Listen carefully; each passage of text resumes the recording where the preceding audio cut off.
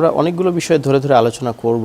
এই যে যৌথ স্টেটমেন্ট দেওয়া হয়েছে চীন এবং বাংলাদেশের পক্ষ থেকে, সেখানে তিস্তা প্রকল্প ইস্যু আছে, সম্পর্কের আপগ্রেডেশন আছে, রোহিঙ্গা ইস্যু আছে, সমঝোতা স্মারক, দলীয় কূটনীতি।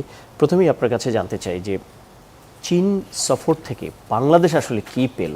অনেকগুলো বিষয় এখানে এসছে, মোটা দাগে আপনি কি বলবেন, বাংলাদেশ আসলে কি পেল? এটি সাধারণ মানুষ সহজ অর্থে বুঝতে চায় কূটনৈতিক।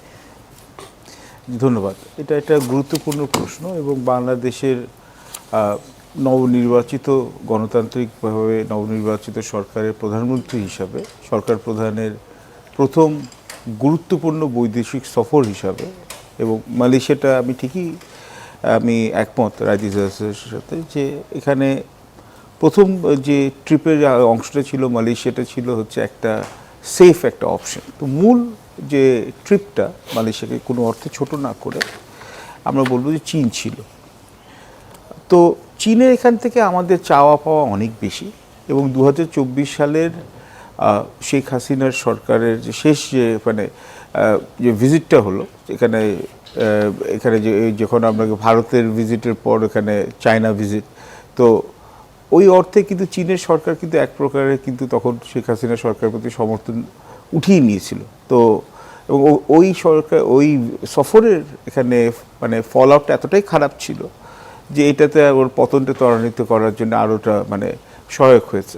এখন বিগত 2 বছর যেহেতু রাজনৈতিক অস্থিতিশীলতা ছিল, আর যদিও বা ডক্টর ইউনূসের অন্তর্বর্তীকালীন সরকারের সঙ্গে চীনের সাথে বেশ কিছু এখানে সফর হয়েছে, কিন্তু সেই অর্থে চীন কিন্তু যতক্ষণ রাজনৈতিক স্থিতিশীলতা না আসতো বাংলাদেশে, ওরা কিন্তু ওইভাবে পলিটিক্যালি এনগেজ করতো না। কিন্তু চীন কিন্তু তার কাজ করে গেছে, কারণ অন্তর্বর্তীকালীন সরকারের সময় ওরা বিএনপি, জামায়াতে ইসলামী, এমনকি নিউলি ফর্মড এনসিপির সাথেও কিন্তু ওদের সাথে নেতাদের সাথে ওরা দেখা সাক্ষাৎ করেছে। চীনের প্রতিনিধি দল ওদেরকে বেজিংয়ে নিয়ে গেছে। তো ওরা বিভিন্ন স্টেক হোল্ডারের সাথে কিন্তু এনগেজ করেছে, যেটা কিন্তু ভারতের কিন্তু এক অর্থে ওইরকমভাবে ছিল না।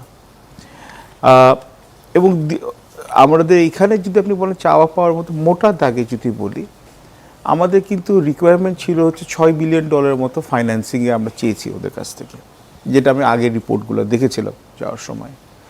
চীন কিন্তু is a very pragmatic nation, বাস্তববাদী একটা নেশন।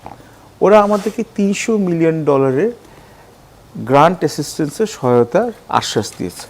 এতটুকুই হচ্ছে যে আপনি যদি বলেন হার্ড আমাদের প্রাপ্তিটা কি, চেয়েছিলাম $6 বিলিয়ন মতো ফাইন্যান্সিং, পেয়েছি $300 মিলিয়ন মতো। কিন্তু এখানে কিন্তুটা আছে, বাংলাদেশের এখন এমন দুর্বল অর্থনীতি এখন আছে, সামগ্রিক বিশ্বে এখন অর্থনীতি এখানে মন্দা দেখা যাচ্ছে।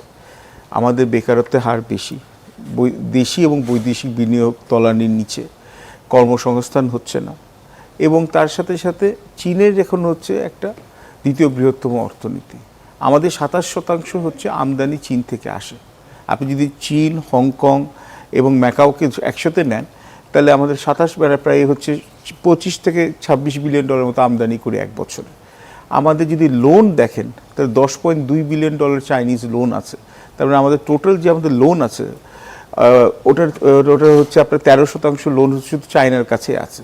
এবং আমাদের যদি অর্থনৈতিক প্রবৃদ্ধির এখানে চাকাটা ঘোরাতে হয়, কেন এখন হচ্ছে বিশ্বায়নের যুগটা ভেঙে গেছে বা চলে গেছে, ডিগ্লোবালাইজেশনের যুগ। মিডল ইস্টে এখন হচ্ছে এনার্জি ক্রাইসিস, তো আমাদের নতুন মার্কেটও খোঁজার দরকার আছে। তো চীনের কাছ থেকে আমরা অনেকগুলো 17টা MOU সাইন করেছি।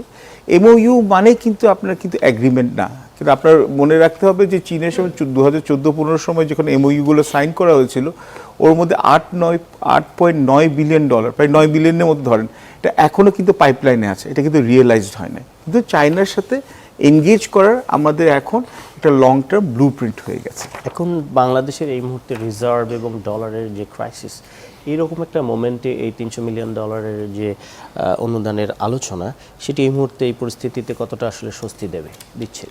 খুব বেশি কি স্বস্তি দিবে আমার মনে হয় না, কিন্তু এটা হচ্ছে বাংলাদেশে অর্থনীতি বিনিয়োগ করতে যারা আগ্রহী বা আমাদের বৈদেশিক বিনিয়োগকারী যারা আছে চীনের বাইরেও, এটা একটা সিগন্যালিং মেকানিজম যে চীন এখন বাংলাদেশে অর্থনীতি আবার নতুন করে পুনর্বিনিয়োগ করার ব্যাপারে চিন্তা করছে। আপনি যদি মনে করেন পোর্টে বলেন, বা আপনি যদি মনে করেন আনোয়ারাতে যে আমাদের ইকোনমিক জোন আছে এখানে, বা আপনি যদি এখন এর সাথে হচ্ছে যে আপনার পাওয়ার যে লাইনগুলো, ট্রান্সমিশন লাইনে চাইনিজ আমাদের যে ইনভেস্টমেন্ট আমরা এখানে সিক করছি, বা গ্রিন এনার্জির জন্য চিন্তা করছি, এই সিগন্যালিংটা খুব ইম্পর্টেন্ট।